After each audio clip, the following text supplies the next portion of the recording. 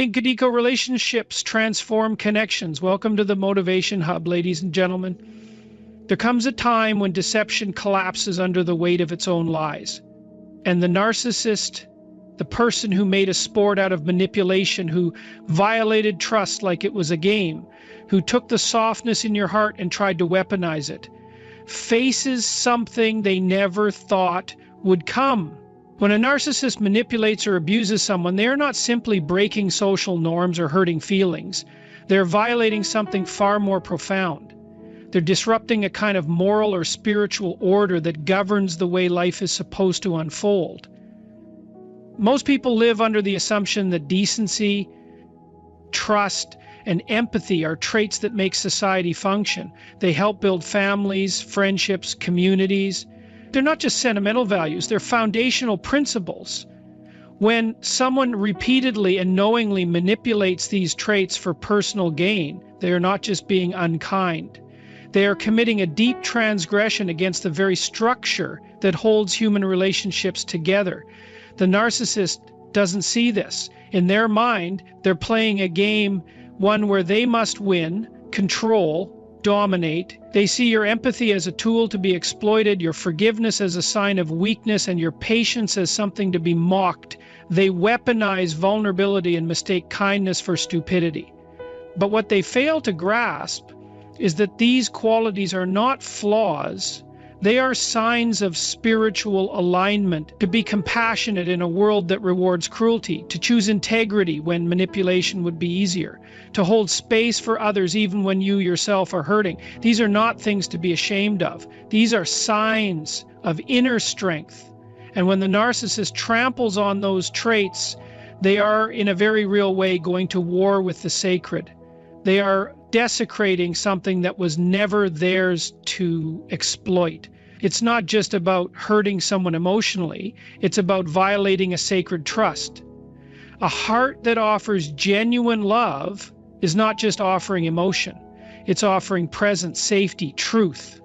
And when that is abused, the consequences go far beyond human emotion. The narcissist may feel powerful in the moment, controlling the narrative, manipulating perception, turning others against you, but what they cannot control is the larger system they have provoked, a divine order, if you will, the structure that governs sowing and reaping, cause and effect, truth and consequence. The universe, or God, however you choose to conceptualize it, doesn't operate on instant retribution. And that's where the narcissist gets bold. Because there's no immediate collapse, they assume they've gotten away with it, but in reality, they've set something in motion they can't reverse. They've planted seeds of destruction, not in your life, but in their own. They've created imbalance, a fracture between who they are and who they pretend to be, and fractures always widen over time. What looks like control begins to slip. What looked like victory turns into isolation. Because they've built their identity on falsehood, and truth always returns to collect what is owed. Think of it like this. There is a spiritual architecture holding things together. Every time someone chooses truth over lies, love over manipulation, they align more closely with that structure. And every time someone rejects it, they drift further from it. Eventually that gap becomes unsustainable. The narcissist, in rejecting the moral order, sets themselves on a path toward collapse. Not necessarily because someone punishes them, but because their life is now out of sync with the reality they live in. They lose relationships, respect, opportunities, not because you cursed them, but because they cursed themselves when they thought they could bend truth to serve their ego. And that's the tragedy. They think they're playing chess, that they're 3 steps ahead, reading the board, playing with people like pawns, but they don't realize they're not the one holding the board. They're not the author of cause and effect. They're not immune to the laws of moral gravity, and eventually that gravity pulls them down, not with drama, not with noise, but with precision. Because that's what justice looks like when it's delivered by truth. So when a narcissist messes with someone who is anchored in love, truth, and spiritual integrity, it is not a minor error. It is a grave violation. And whether they realize it or not, they are not just hurting a person, They are offending the order that holds life together, and that order always responds. Not in anger, but in certainty. When a narcissist mistreats others, especially those who approach life with sincerity and emotional depth, they often operate under the illusion that their actions are confined to the immediate moment, that there are no long-term effects, no lasting spiritual or moral consequences. They convince themselves that manipulation, betrayal, or emotional cruelty is just strategy or survival, justified by their superiority or entitlement. But reality is not so forgiving. Every action creates a ripple. Every violation of trust, every lie told, every emotion exploited. These are not isolated events. They accumulate and eventually they return, not necessarily through dramatic punishment or visible collapse at first, but through a quiet, inescapable unraveling. There is a spiritual law embedded into the very nature of existence, an underlying rhythm of accountability. You may call it divine justice, moral balance, or the structure of the universe, but its truth remains the same. When someone causes harm willfully with full knowledge of their manipulation, they're not just breaking social codes or ethical rules. They're disrupting a deeper equilibrium, and the system always seeks restoration. This isn't about superstition. It's about the invisible threads that bind human behavior to consequence. Just because those threads aren't always seen doesn't mean they aren't felt.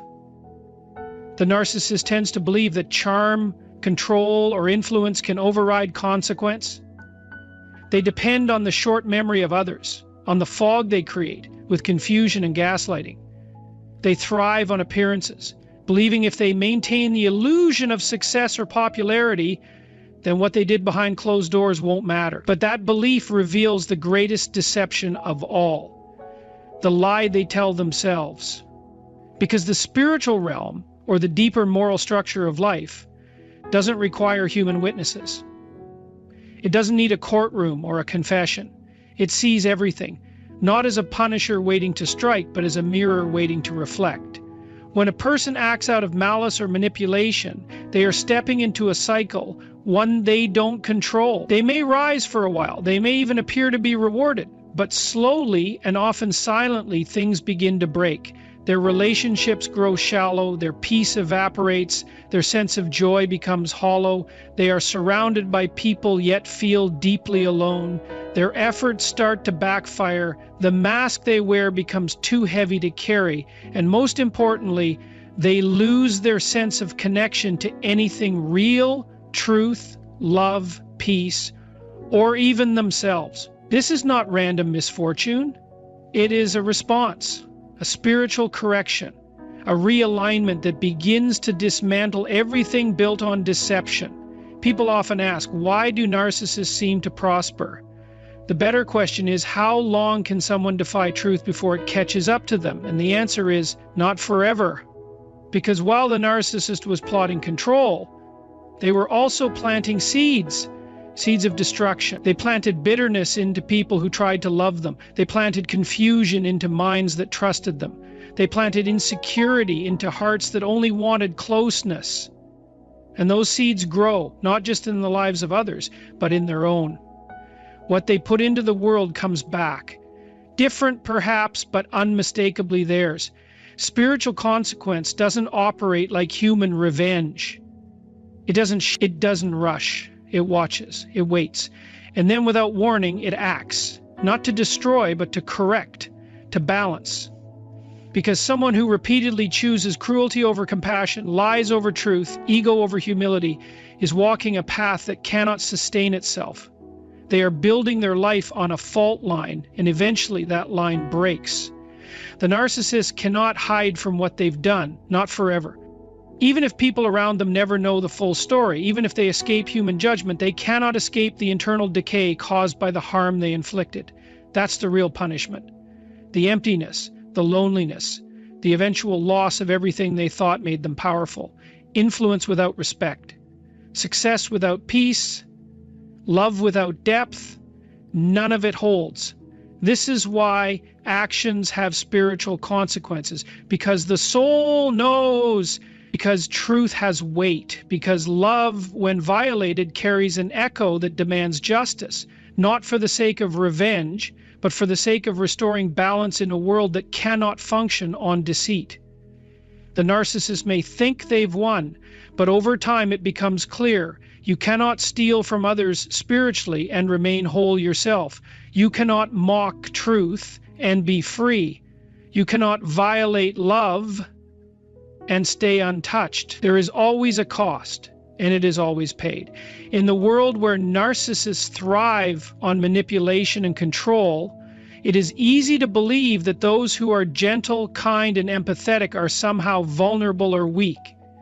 This belief is often held not just by narcissists, but by many who fail to see the strength that comes from living with integrity, compassion, and emotional depth. The narcissist may prey upon these qualities, thinking that they can exploit them for their own gain, seeing vulnerability as an opportunity to dominate or manipulate. But what they fail to understand is that those who walk in truth, kindness, and authenticity are not weak. They are, in fact, the ones who are shielded and protected by a force greater than any manipulation or deceit. When you live with a sense of moral integrity, a deeper connection to truth and love, something extraordinary happens. You may be overlooked or underestimated by those who thrive on deception, but your essence is still part of a higher order that cannot be touched by the small-minded tactics of narcissistic control. The narcissist may see kindness as something to be taken advantage of, but the truth is that integrity is a shield, a deep spiritual armor that transcends what the narcissist can see or understand. The narcissist's ability to manipulate others, to create false narratives, and to control their environment is often an illusion. It is an illusion because it is built on lies. A lie can only go so far, and it has no foundation to stand on. It is like a house of cards, a delicate structure that may stand for a time but can never withstand the weight of truth. In contrast, someone who stands firm in honesty and goodness is not swayed by the storms of manipulation. When the narcissist attempts to break the spirit of someone who is rooted in truth and compassion, they fail to realize that they are not only attacking that person, they are attacking a force much greater than their ego. And in doing so, they are setting themselves up for a fall. Truth is something that cannot be faked. It doesn't need to fight for attention, it simply is. It is a quiet, unwavering force that doesn't need the approval of others to stand. And while the narcissist may find temporary success in deceiving others, they are ultimately deceiving themselves. Because living a life based on lies, manipulation, and ego is a life out of alignment with the greater moral and spiritual order of the universe. It is like a plant trying to grow in soil that is barren. There is no nourishment to sustain it, no roots to anchor it. Eventually, the narcissist's world begins to wither and crumble, and they cannot understand why. They may blame others, or they may try to deflect their failure onto circumstances, but deep down, they know that they are living in a hollow, fragile world. Those who are connected to the truth are protected. It may not always seem obvious, especially in the beginning when the narcissist's lies appear to hold power, but there is a protection in living authentically that is undeniable. The narcissist may try to tear down a person's sense of worth or self-esteem, but they can never destroy the soul of someone who has a strong connection to their own truth. In fact, the more the narcissist attacks, the more they expose their own fragility. Their attempts to manipulate and control become their own undoing, because they are acting in opposition to something much more powerful than themselves. The protection that comes from living in integrity doesn't mean that a person is immune to suffering or hardship. It doesn't mean that they won't face difficult situations, including those that come from a narcissist's attempts to manipulate them. However, the difference is that those who are aligned with truth have a strength that allows them to weather these storms. They may experience emotional pain, but they don't lose their sense of self. They are not swayed by the false narratives the narcissist spins. They are not broken by the emotional abuse. They may stumble, they may hurt, but their foundation remains intact. The narcissist, on the other hand, is built on unstable ground. Their power is an illusion, and eventually the weight of that illusion becomes too much for them to bear. As the narcissist continues their cycle of manipulation and deceit, their actions begin to unravel. What they thought was power turns into isolation. The respect they once commanded fades. The relationships they believed they controlled start to fray. And those around them begin to see through the mask they've been wearing. What once appeared to be strength now appears to be weakness. And what was once a carefully constructed image of control begins to crack and fall apart. In the end, the narcissist finds that their manipulation has not only driven others away, but has also left them alone with the emptiness they've been trying to avoid.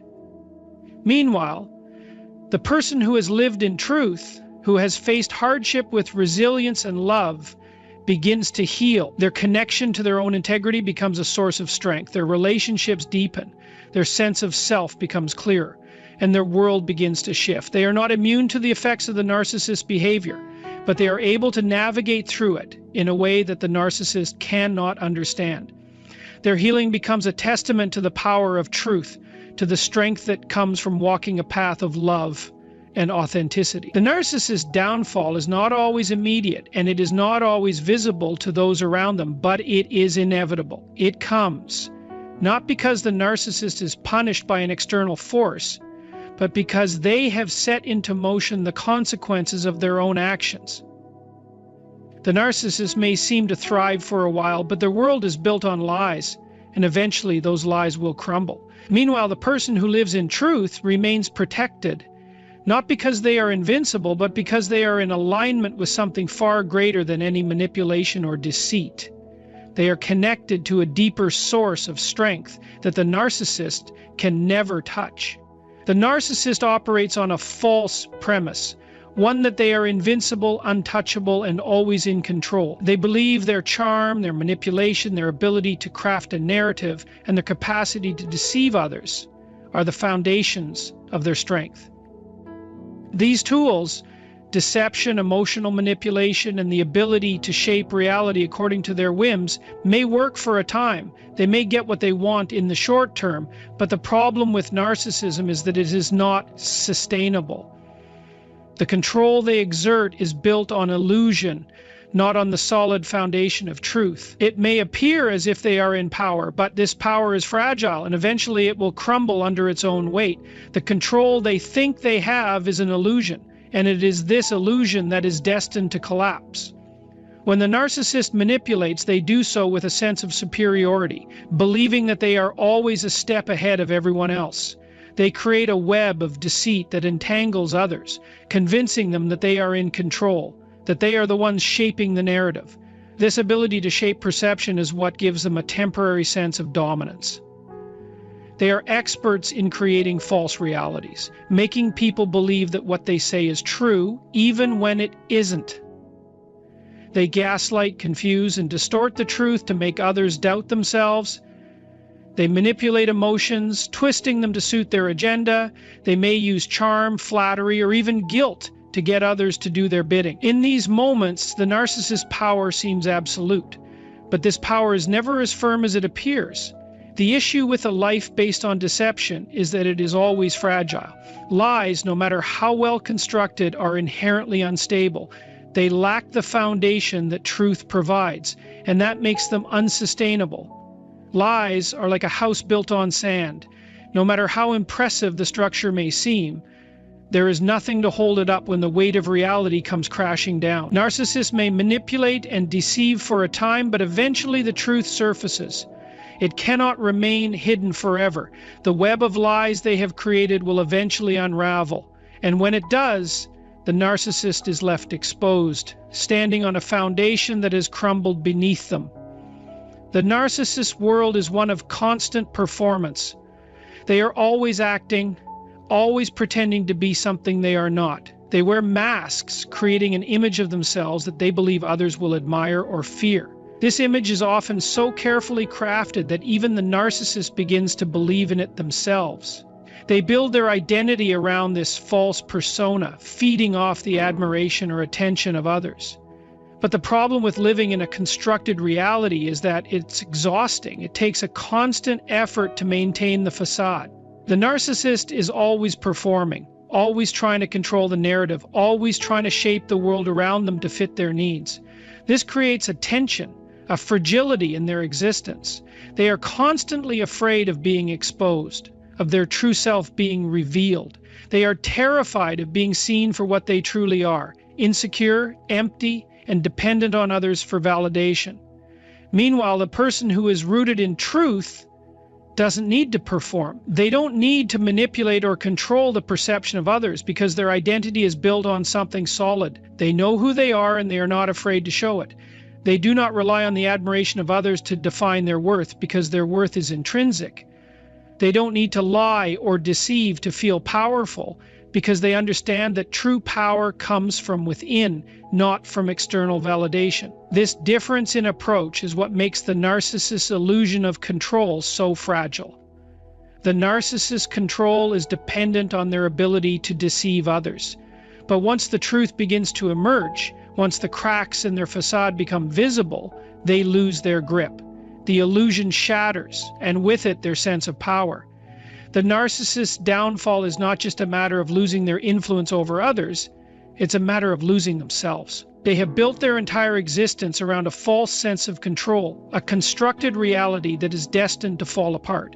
When the truth emerges, it exposes the emptiness at the core of their being. The narcissist can no longer hide behind their manipulation and lies.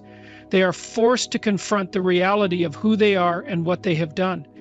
And that is a terrifying prospect for someone whose entire life has been a performance. When the narcissist's world begins to fall apart, it often happens in ways they don't expect. The relationships they've used to prop up their illusion of power begin to disintegrate. Friends, family, and colleagues start to see through their manipulations. People who once admired them begin to question their motives. The narcissist's carefully constructed persona begins to crack, revealing the true nature of the person underneath. The power they once had over others slips away, and they are left isolated, alone, and exposed. The mask they wore so proudly is ripped away, leaving them vulnerable in ways they never imagined. This is the inevitable consequence of a life built on illusion. The narcissist may think they are in control, but in reality, they are just playing a game with no winner. Their control is fragile because it is not based on truth. It is based on deception, manipulation, and fear. And no matter how skilled they are at maintaining the illusion, it will eventually collapse.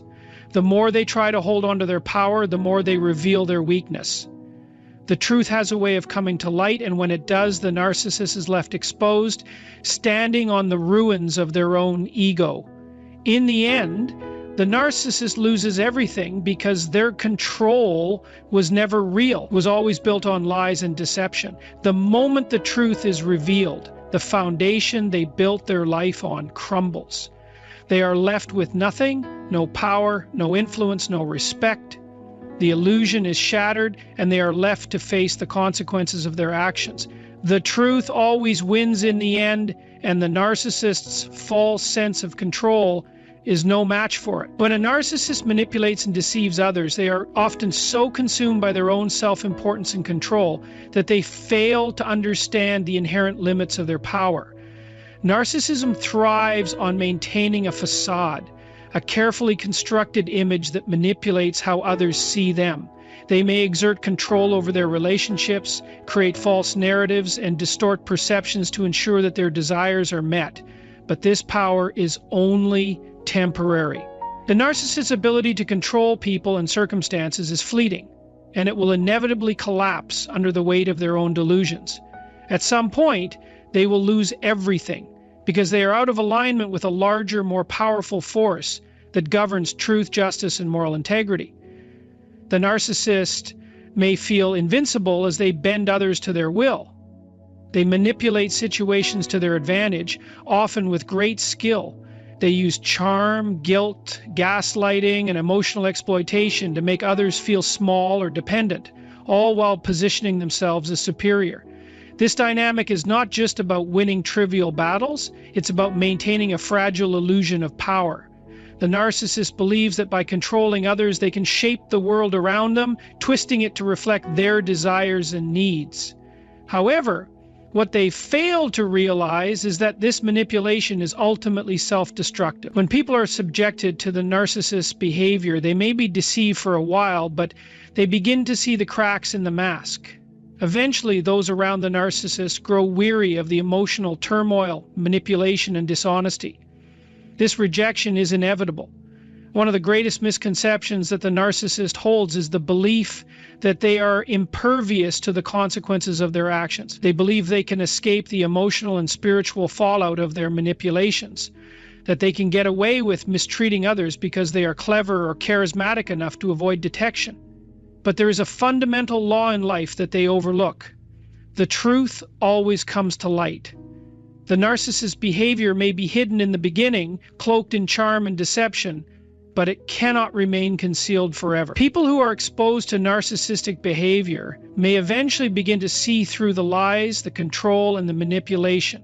When this happens, the narcissist loses their power over others because their web of deception is exposed for what it is, a fragile construct that cannot withstand the weight of truth.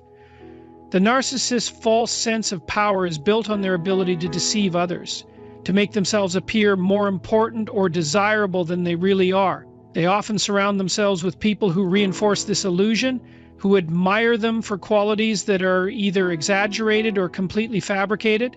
This facade gives them a sense of control, but it is an illusion that isolates them from true connection. The narcissist does not foster genuine relationships. They manipulate people to feed their ego, often creating one-sided transactional dynamics where others are merely tools for their self-acceleration. However, this lack of authenticity and sincerity always takes a toll. Over time, the people who were once fooled by the narcissist's charm and manipulation start to realize that something is wrong. They see the emotional scars left by the narcissist's behavior, the lies, the broken promises, and the insincerity. As they begin to recognize the truth, the narcissist loses their grip on them. Their support, once so solid and dependable, begins to crumble. What the narcissist fails to understand is that the more they try to manipulate, the more they expose their own weaknesses. They are constantly playing a game, but they forget that every manipulation they employ to control others takes them further from reality. Their lies and deceit warp their perception of the world. They become so invested in maintaining their false persona that they lose touch with the truth of who they are and what they are doing. This disconnection from reality creates a fragile existence, one where their sense of self is dependent on the approval and validation of others. When that approval begins to fade, the narcissist is left with nothing but an empty shell. The collapse of the narcissist's power is often slow and gradual. It doesn't happen overnight, but rather through a series of events that expose their behavior. People begin to see the pattern, the manipulation, the lies, the exploitation, and they begin to pull away. The narcissist's web of control starts to disintegrate as their influence over others weakens. Those who were once captivated by their charm begin to see through the facade and recognize the narcissist for who they truly are. This loss of influence is often the first sign that their power is slipping away. But the narcissist's downfall is not only about losing the respect or affection of others. It is also about the unraveling of their internal world. Because their sense of self is built on deception and manipulation, they are fundamentally disconnected from who they really are. The more they manipulate, the more they lose touch with their true selves. They become trapped in a cycle of constant performance, where they are always pretending to be something they are not. This internal disconnect leads to feelings of emptiness, anxiety, and self-doubt.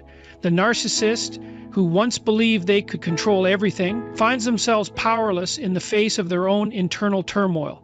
In time, the narcissist loses everything because their world was never built on solid ground.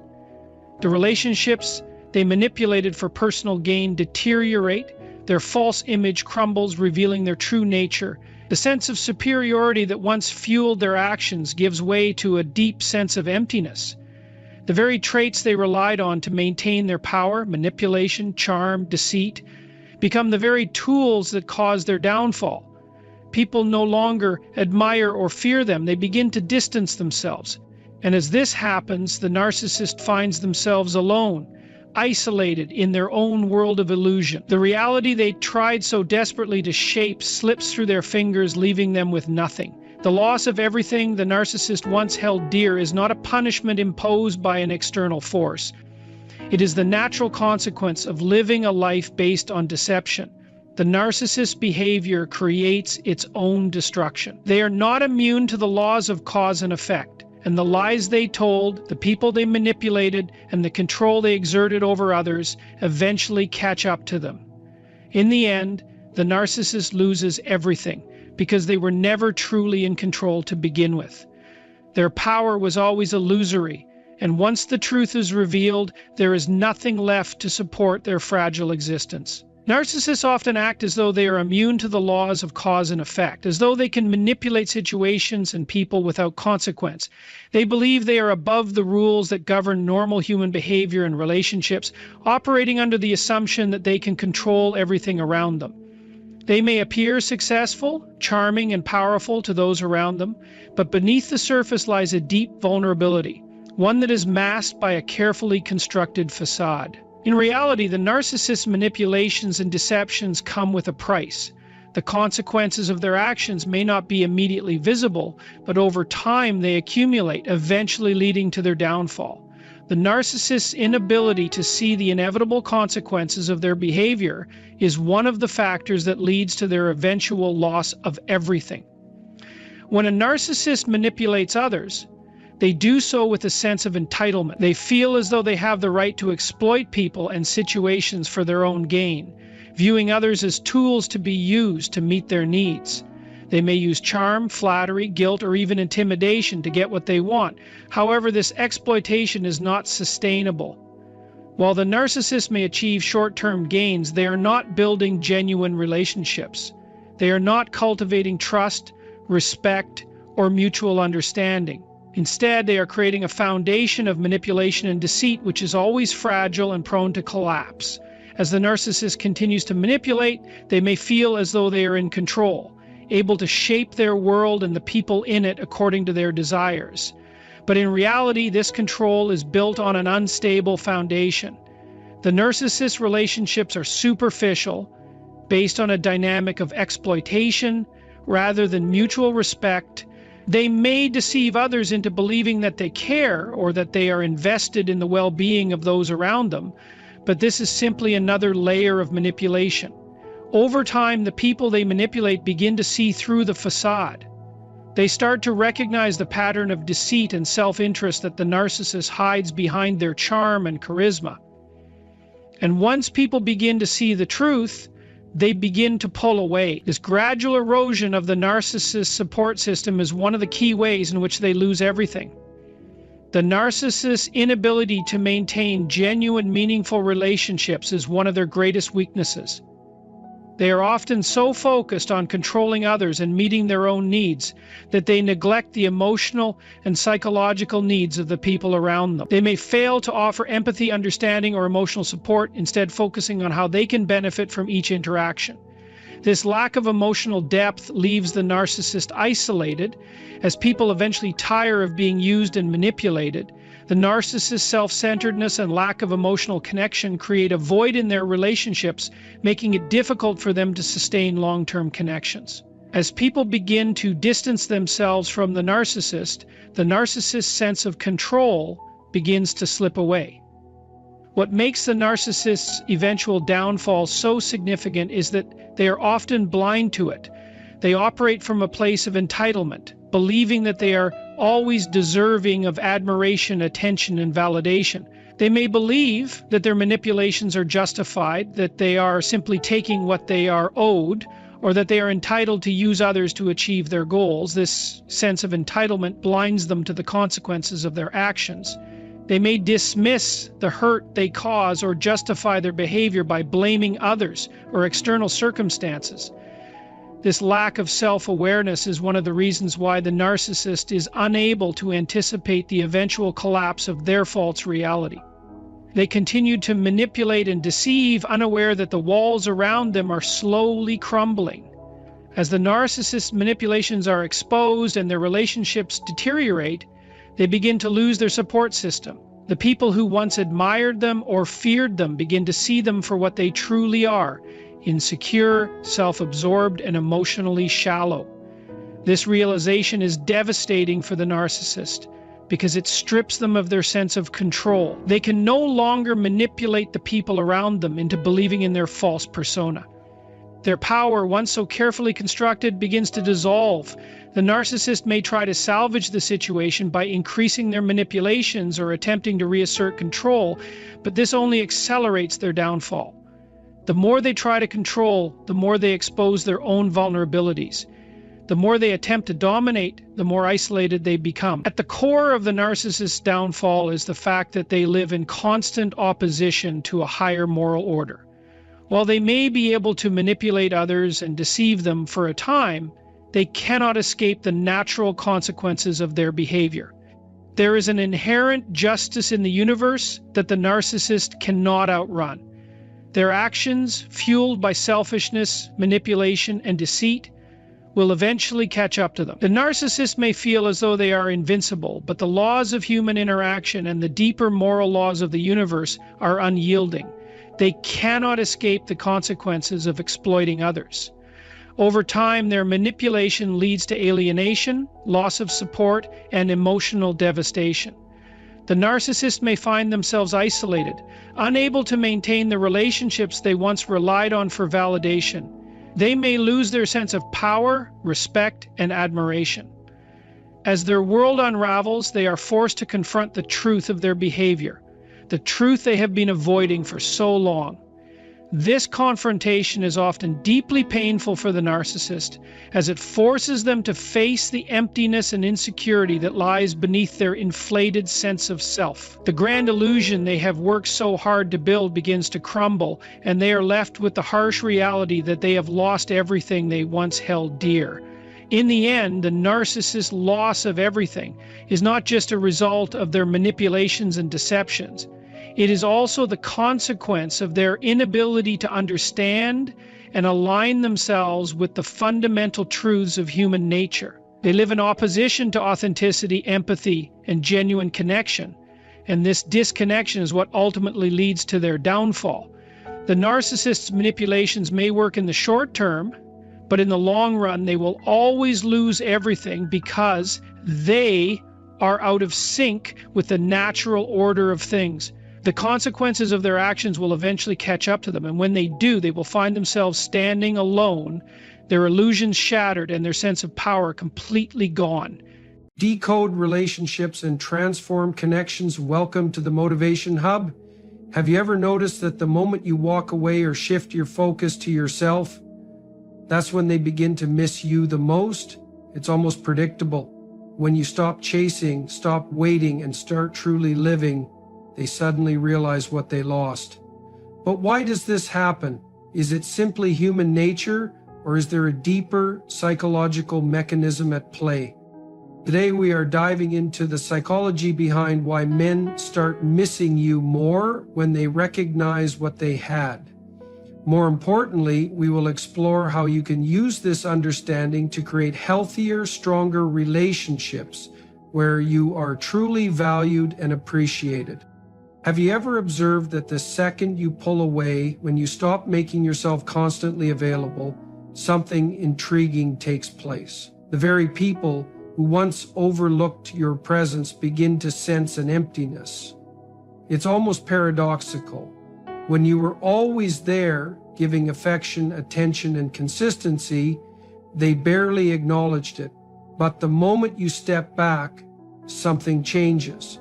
The absence creates a form of psychological tension and a heightened awareness that something significant is missing. This isn't just about playing hard to get. It's deeply rooted in human psychology, how we assign value, form attachments, and seek emotional fulfillment. People rarely cherish what is always accessible. They treasure what is rare. This is a fundamental truth of human behavior. The most desirable things in life are often the hardest to attain. When something or someone is always present, always responsive, always reaching out, the mind adapts. It starts to assume that presence is permanent, inevitable, the emotional weight of that presence begins to fade. But the moment it disappears, when it is no longer a certainty, the mind starts reorganizing its priorities. It begins searching for what was lost. This isn't just about longing for a person. It's about longing for emotional security, predictability, and the comfort that presence once provided. Men in particular process this realization differently. Their emotional responses often operate on a delay compared to women. Women experience emotions deeply in real time, analyzing, anticipating, and preparing. Men, however, tend to compartmentalize. They believe that if something is there today, it will be there tomorrow. They take for granted the kindness, care, and attention a woman gives, and for a time they remain unaware of any underlying shifts. But the moment that consistent something that once felt ordinary now seems extraordinary simply because he no longer has access to it. Human nature makes us romanticize the past, remembering things not as they truly were, but as they felt. When a man starts missing a woman, it's not just about her presence. It's about the way she made him feel. He longs for the comfort of knowing someone truly understood him. And because men don't process emotions instantly, by the time he fully realizes what he's lost, she has already moved forward. She has evolved, adapted, and grown stronger without him. This is the paradox of loss and regret. By the time a man grasps the value of what he had, it often slips beyond his reach. He reaches out not just because he wants her back, but to ease the discomfort of his own realization. What he doesn't understand is that the woman he now longs for is no longer the woman who once waited for him to acknowledge her worth. She has grown in his absence, redefined herself, and that transformation makes him miss her even more. The takeaway is significant. Men don't miss you right away. They miss you when they truly realize what they had. And that realization doesn't come through words, pleading, or explanations. It arrives through experience, through time, through absence. It's only when they are left with no other option but to reflect that they begin to grasp the depth of what they once had. And by then, everything has changed. A common mistake in relationships is believing that one's worth is defined by someone else's perception. Many people hand over their sense of value, their self-respect, and their emotional stability, placing them in another person's hands. When that person withdraws, when they don't respond with the expected affection or attention, everything falls apart. But that isn't love, it's dependence. And dependency disguised as devotion is one of the quickest ways to lose both yourself and the relationship you are trying to preserve. The truth is simple yet harsh. Your value is directly tied to how much you value yourself. This isn't just a vague idea, it's rooted in human psychology. People are naturally drawn to confidence, independence, and those who bring something unique to the table. The moment you make someone else the center of your world, you begin to diminish in their eyes. You become too predictable, too available, someone who asks for respect instead of commanding it. And nothing is less appealing than someone who has made themselves too easy to attain. And this is why focusing on yourself, on your own growth, interests, and well-being isn't just good for you, it's necessary if you want to be truly valued in any relationship. People crave what isn't fully accessible. They are drawn to those who have something rare, something that isn't freely given. The moment you reclaim your time, your energy, and your purpose, the entire dynamic shifts. You are no longer merely an extension of someone else's life. You are your own person, a force that cannot be ignored. Men, in particular, react to this shift in a specific way. A man does not miss someone who is always available, constantly making sacrifices, or diminishing herself just to fit into his life. He misses the woman who had something that made her irreplaceable. And what creates that sense of irreplaceability? It isn't just beauty or kindness. It's presence, strength, and the ability to walk away without hesitation. It's the ability to say, I am complete with or without you. That is what lingers in his mind long after you're gone. This isn't about playing mind games. It's about understanding that your worth isn't diminished just because someone fails to see it. A relationship should complement your life, not serve as the foundation of your self-worth. The moment you internalize this, the moment you start living as someone who truly knows her value rather than waiting for validation, everything shifts. Your presence, your speech, your entire energy radiates confidence, and that cannot be ignored. Many people make the mistake of thinking that pulling away simply means going silent or creating physical distance, waiting for the other person to notice. But that alone is not enough. True self-worth isn't about hoping someone comes back. It's about reaching a stage where their return no longer matters. It's about creating a life so rich, so fulfilling, that whether or not they miss you becomes irrelevant. And paradoxically, that is exactly when they start missing you the most, when you stop waiting to be seen. Because people feel the absence of something valuable, they notice when something rare is no longer available. And if a man doesn't recognize your worth even after you've focused on yourself, grown, and stepped fully into your identity, then he was never capable of valuing you in the first place. That isn't your loss, it's his. A person who fails to see value in something precious was never meant to have it to begin with. Those who genuinely recognize your worth will never expect you to shrink in order to be loved. Memory is not just a collection of events, it's an imprint of emotions. The brain doesn't simply store facts, it attaches feelings to them, forming a web of associations that influence how we recall people, places, and experiences. In relationships, this effect is even more pronounced. A man doesn't just remember a woman, he remembers how he felt around her, the comfort, excitement, warmth, security, or, in some cases, the absence of these things. And here's the key. He also remembers the contrast between having you and losing you. This is why absence is so powerful. It doesn't just remove you from someone's life. It forces a shift in emotional contrast.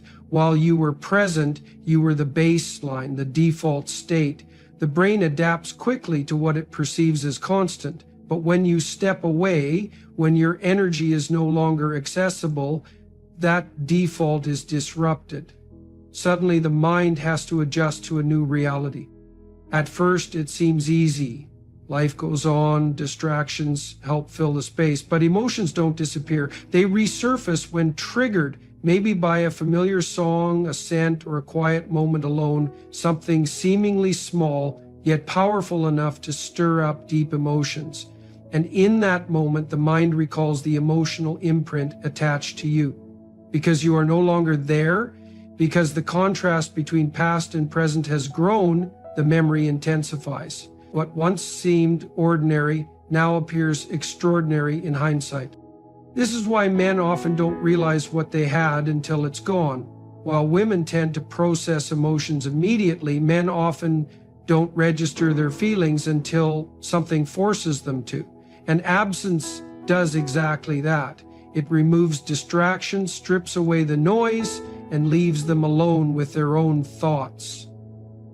The emotional contrast is even greater if, during your absence, you grow, evolve, and become more self-assured. The gap between who you were and who you are now deepens.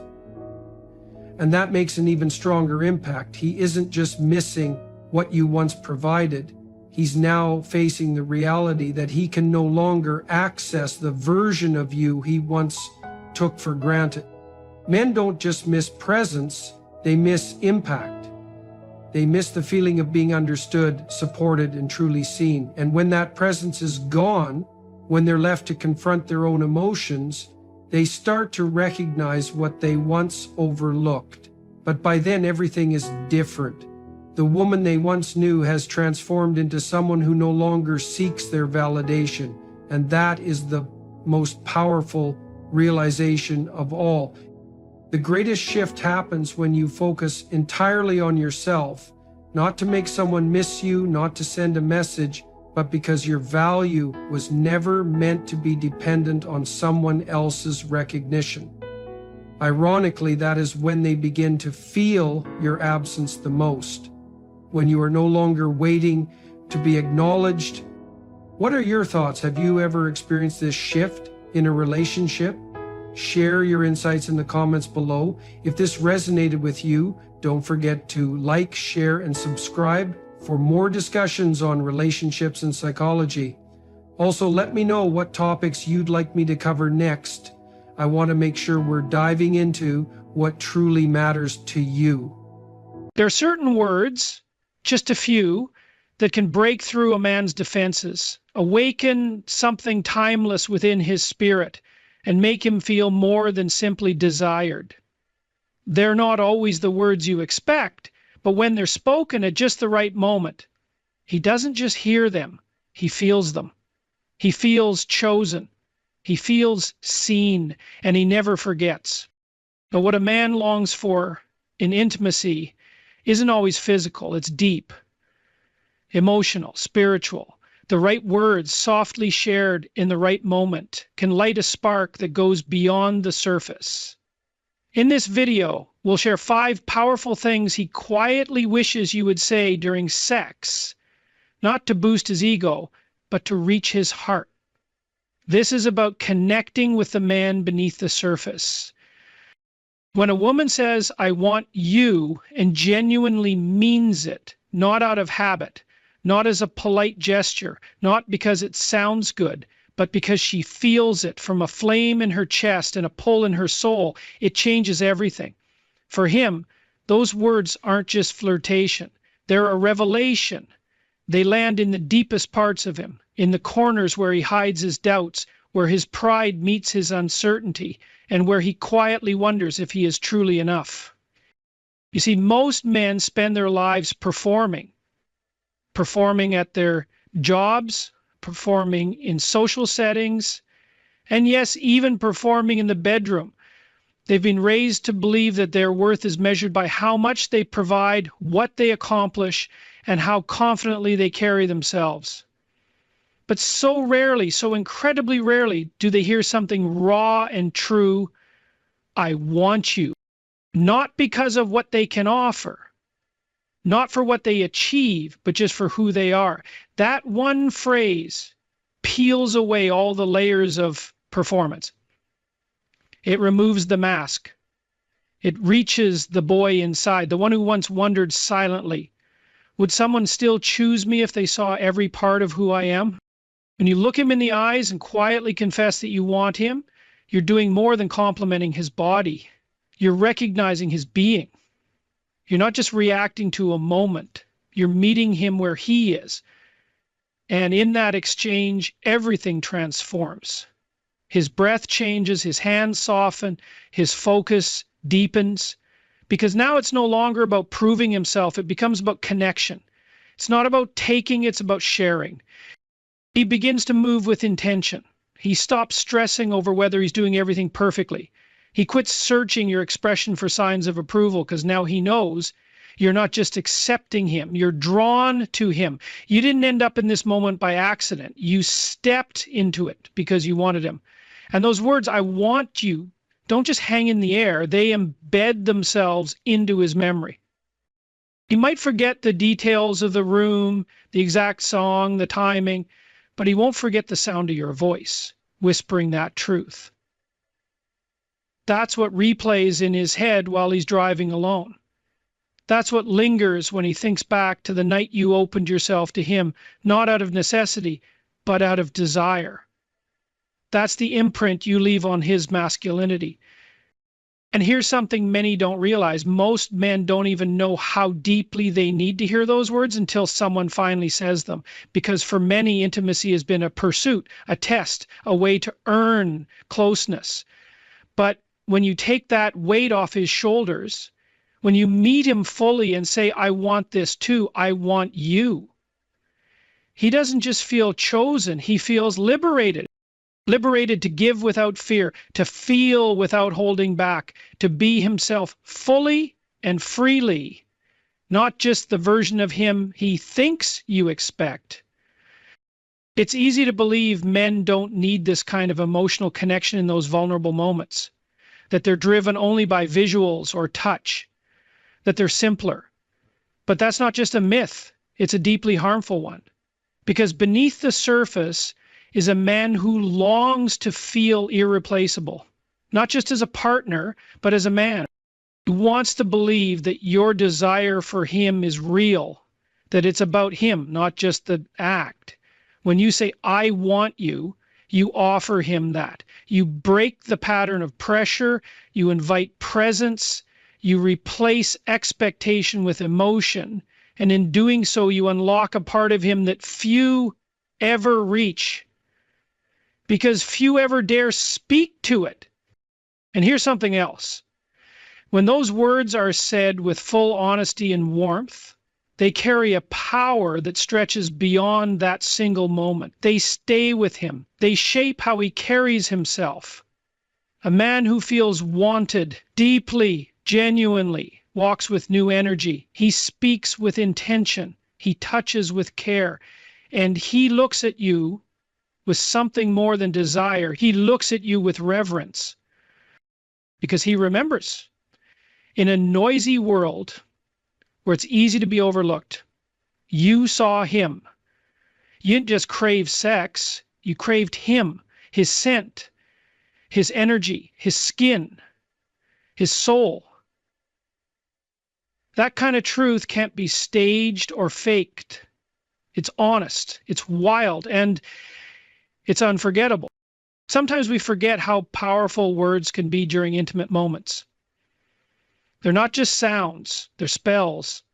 They create space, they unlock feelings, they offer protection. And when you say, I want you, you don't just open a door, you lift a weight. You free him from guessing, from chasing, from proving. You shift him from a role into a relationship, from a scene into a sacred exchange. And that one phrase, spoken in heat or whispered in stillness, can mean more than 100 polished compliments, because it tells him no one else could be you in this moment. You're not here by mistake, you're here on purpose, and you're choosing him again and again with every movement, every glance, every breath.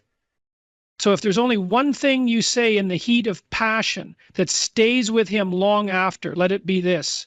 Not, you're good. Not, that's nice. But I want you. Because those words don't just offer him permission, they give him meaning. They give him a place to land, a reason to surrender, a reason to be more than a man, a reason to be your man. And once he hears that, truly hears it, something inside him changes forever. When a woman murmurs, you feel so good, something powerful stirs inside a man. At first, it might sound like a simple phrase, maybe even ordinary, but it holds a deep significance. It doesn't just acknowledge physical pleasure. It confirms presence. It tells him that in this exact moment, he's not just there. You're fully experiencing him, feeling him, receiving him. And for a man, that means everything. While many assume that men step into intimacy with complete confidence, the reality is many carry quiet, unspoken questions.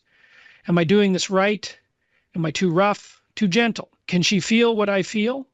These doubts don't always form into words, but they live in his breath, in the way he holds tension, in the hesitation before he fully lets go.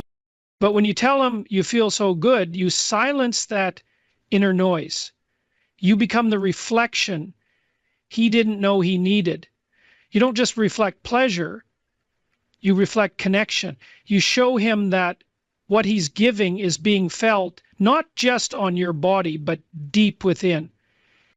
And that realization centers him. It changes his focus from performance to presence. This isn't about inflating his ego. It's about affirming his reality, letting him know that you're right there with him, fully engaged, fully open. Those words do something more too. They awaken a kind of pride, not the arrogant kind, but something sacred, a deep masculine sense of worth. Because when he knows that his touch, his closeness, his warmth is giving you joy, he doesn't just feel attractive, he feels trusted. And that kind of trust is rarely talked about, but it's powerful. A man who hears he feels good starts to feel safe, safe to explore more, safe to open up, safe to be real. And that emotional safety doesn't just enhance the physical experience, it deepens your emotional connection too. Men are often taught to move through intimacy without needing reassurance, to just know, to take the lead. But many are silently navigating those moments with uncertainty, quietly wondering if they're getting it right. Because for them, every touch is not just an action, it's a question. And they're always looking for the answer in your breath, your movement, your eyes. So when you remove the guessing game and simply say, you feel so good, you give him clarity. He no longer has to wonder. He hears truth, and in that truth, he finds permission. Not just to go on, but to go deeper. And there's something quietly powerful about how you say it too. If your voice is soft, filled with surprise, or laced with delight, it becomes an invitation. An invitation for him to lean in, to explore, to give himself to the moment with more openness than he might have thought possible before. Because now he's not unsure if your thoughts are elsewhere, if you're comparing this to something else, or simply going through the motions. Now he knows you're here, you're present, and he matters. Actually, one of the most often missed truths about men is this. While many imagine being desired, what they deeply long for, even more, is to be felt. They want to sense that their presence doesn't just fill the room, it adds to it. That their touch isn't just a reaction, trigger, it means something. When you affirm that, when you lock eyes with him, hold him close, press your body into his, and let out those 5 simple words, you stir a part of him that no trick or tactic can reach. You show him that his body isn't just useful, it's beautiful to you. That he isn't only giving, you are receiving. And what he's offering is more than enough. Those words become even more powerful when you use them in various ways. Whisper them while your hands roam his skin. Breathe them as your body answers his pace. Let him slip out during that one moment where you just can't hold back. That's when it becomes real. That's when the words turn into something more, recognition. And when that kind of truth is spoken from a place of trust and surrender, it stays with him. He won't just remember your touch. He'll remember how you reacted to his. And the memory of being not only accepted but cherished will live inside him long after the night has passed. And here's something even more profound. When a man hears you feel so good, what he hears beneath it is, I enjoy you. And that message for many men is rare. In a world that often measures a man's worth by what he earns, what he defends, or how well he performs, being told that just as he is enjoyed, that's priceless. That's the kind of truth that repairs something deep inside him. And it shifts how he sees you too. You become the woman who gave him not only pleasure but peace, not just excitement but validation. You become the one who noticed him, who truly felt him. And if you ever wonder whether your voice matters during intimacy, let there be no confusion. It does, especially this phrase, because you feel so good isn't only a compliment. It's a soft but powerful truth that cuts through fear, doubt, and pride. He says he's in the right moment with the right person doing something right. And in a world that rarely tells men they're doing anything right, that's not just sexy, that's transformative. When a woman whispers, don't stop, in the middle of passion, it's more than just direction. It's empowerment. Those few words carry strength, comfort, openness, and emotional connection all at once. For a man, they're not just about what to do, they're proof that something he's doing is working. And not just technically working, but working on a deeper level. At that moment, he hears more than a sentence. He hears certainty. Certainty that his presence is not just tolerated, but wanted. That he's not just reaching her skin, but touching something deeper. Her trust, her longing, her pure, uninhibited self. And that moment is priceless to a man, because most men go through intimacy with silent questions. Am I enough? Am I doing this right? Is she really with me? Or is she just being polite? So when she breaks that silence with "don't stop," it lands like a rush of emotion. It tells him he's not only aligned with her body, but also with her heart. It says, right now, I'm here with you. I feel this. Keep going. I don't want anything else. That kind of openness and reassurance is rare. And when a man hears it, something inside him relaxes. Now, he's no longer acting or guessing. He's sure. And that inner shift from tension to confidence unlocks a deeper part of him. Now he's not just trying to impress. He's offering everything, not out of pressure, but out of love. And what makes "don't stop" so incredibly powerful isn't just that it tells him he's doing great. It's the honesty behind it. It means you're allowing yourself to feel so much that you don't want it to end. You've surrendered to the closeness, to the intensity, and you're letting him know you want to stay in that space. That kind of truth during sex is rare, and men can feel the difference. They know when a woman says something because she's really there versus saying something because she thinks she should. When it's honest, when it slips out in a shaky voice or is moaned without thinking, those words become sacred. He doesn't just hear your voice, he hears your spirit. For many men, hearing those words is the moment they finally breathe out. It's the moment they trust the connection, believe in their own instincts, and let go of the need to overthink. Because truthfully, most men are thinking a lot during sex. About timing, about pressure, about performance. They're reading every breath, every touch, every look, like it's a riddle. So when you cut through all that with a clear, strong message like "don't stop," you clear the fog. You make things simple. You say, this is it. Stay right here. And that moment anchors him more than you can know. And it also does something else, something a lot of women don't even realize. It gently leads him without making him feel wrong. It gives him feedback in a loving way. Not correction, but connection. You're not saying do this instead. You're saying this is working. Don't question it. I'm with you. And that is an incredible gift, especially to a man who truly wants to make you happy, not just with his body, but with his heart. A man who wants you to feel wanted, seen, even cherished. When he hears those words, he doesn't just continue. He dives deeper into you, into presence, into a rhythm where you both forget everything else. And for the man who isn't just chasing pleasure, but sharing it with you, those words go far beyond instruction. They become proof that what you're sharing is mutual, that it's not just one of you giving and the other receiving, but emerging in the middle. And men know how rare that is. Which is why when you say "don't stop" with true emotion, it burns itself into his memory. You won't forget the sound of your voice, the movement of your body, the look in your eyes. He'll keep that moment because it reminds him of something sacred. That he has the power not just to please you, but to reach you. And let's talk about something deeper still, the emotion under those words. For many men, what they want most isn't simply to be wanted, it's to feel irreplaceable. And "don't stop" hits that part of him. It says, what you're doing right now, no one else can do like this.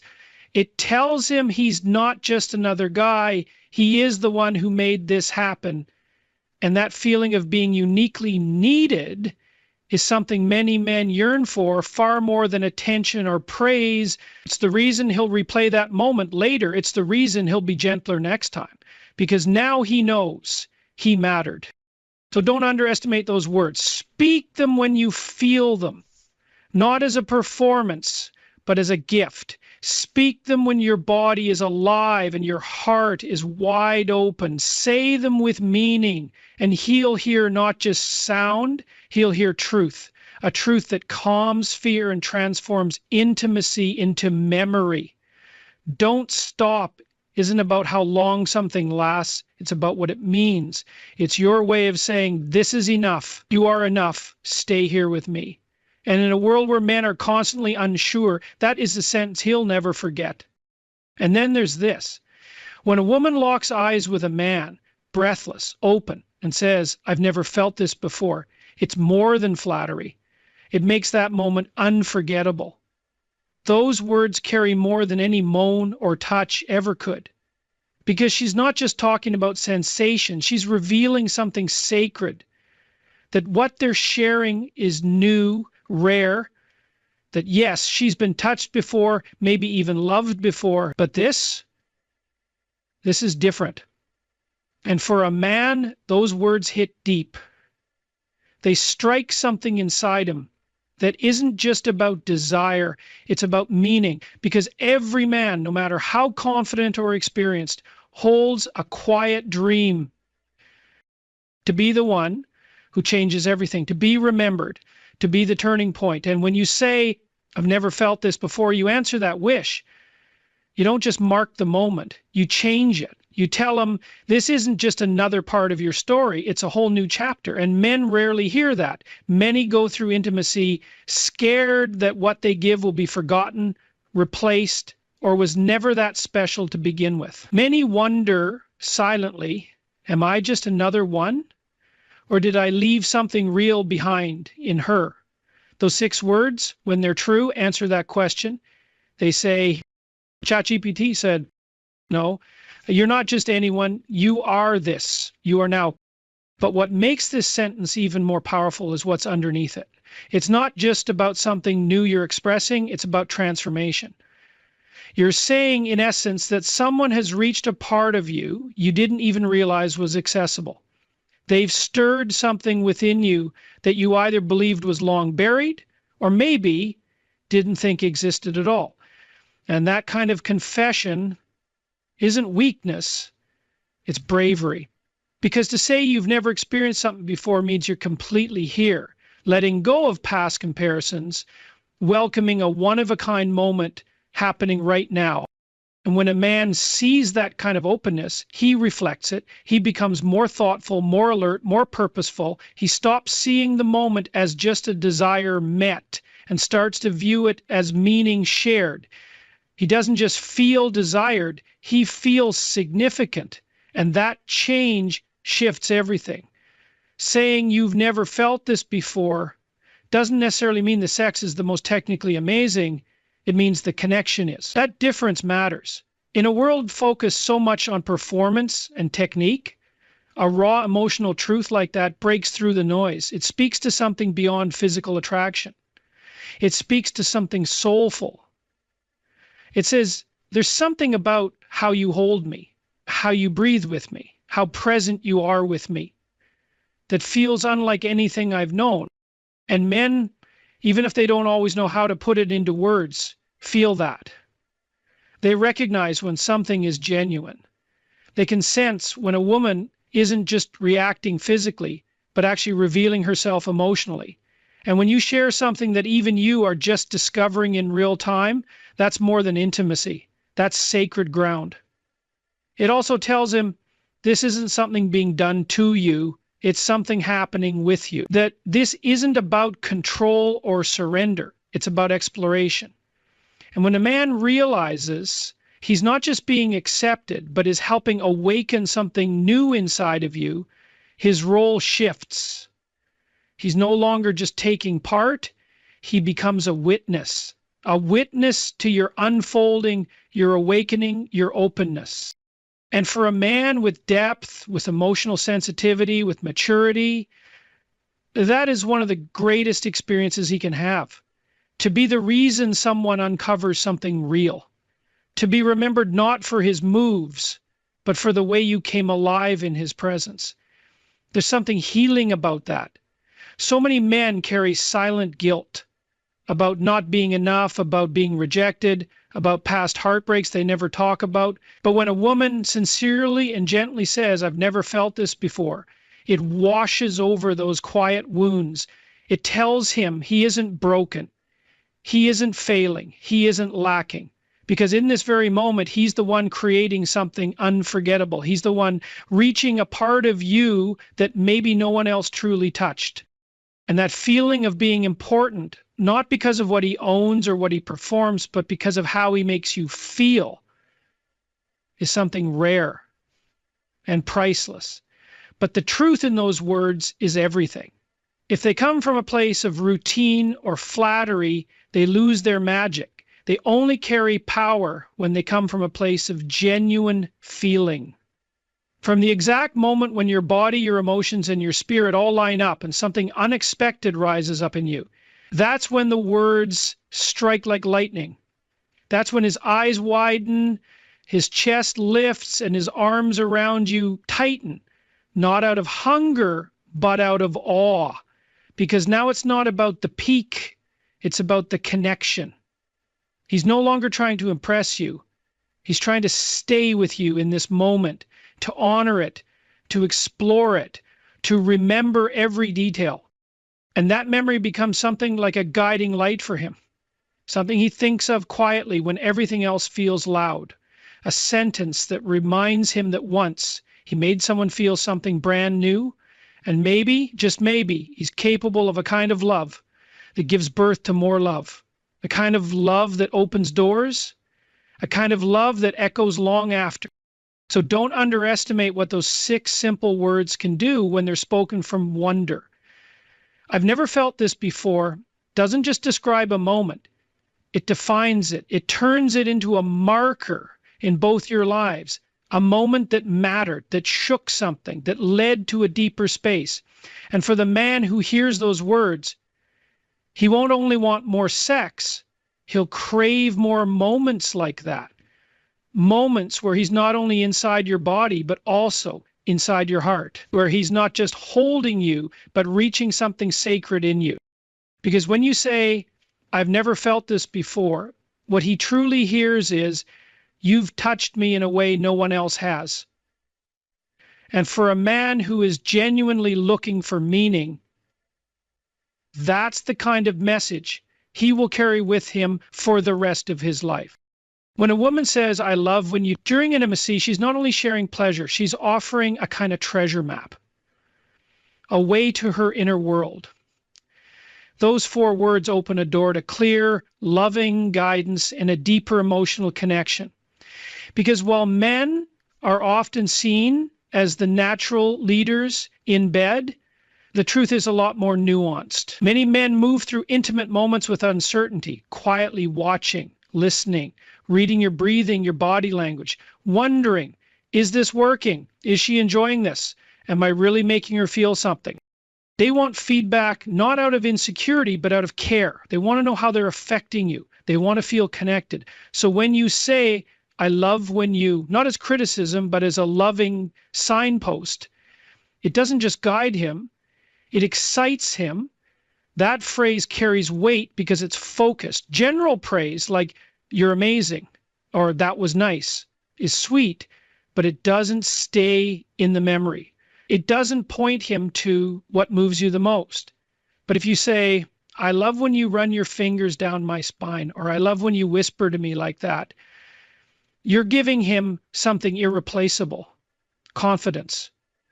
And for a man who wants to love you deeply, confidence rooted in clarity is more thrilling than anything else. It means he no longer has to wonder. He knows that when he touches you that way, when he breathes with you in that rhythm, when he leans in just like that, he's not just doing it right. He's doing something personal, something meaningful, something the two of you share. And that's what separates ordinary sex from moments that change you. Because men don't only want to please you, they want to awaken you. They want to feel like they understand you, not because you're a mystery to be solved, but because they listened. They stayed curious. They earned your trust. I love when you is your way of letting him know he's on the right path. It's how you say, Keep going, you're opening something in me. It's how you let him know that he's not just having sex, he's making love in the truest sense. He's being led into something real. And when he feels that kind of confirmation, it doesn't just affect his body, it anchors into his spirit. It tells him that what he's doing matters, that he matters. And in that kind of space, something amazing happens. Intimacy stops being a performance. It becomes a shared creation, a dance, a connection, a journey into something deeper than either of you expected. And it all begins with a few words spoken with heart, spoken with honesty, spoken in that moment when everything inside you aligns and you just can't help but say them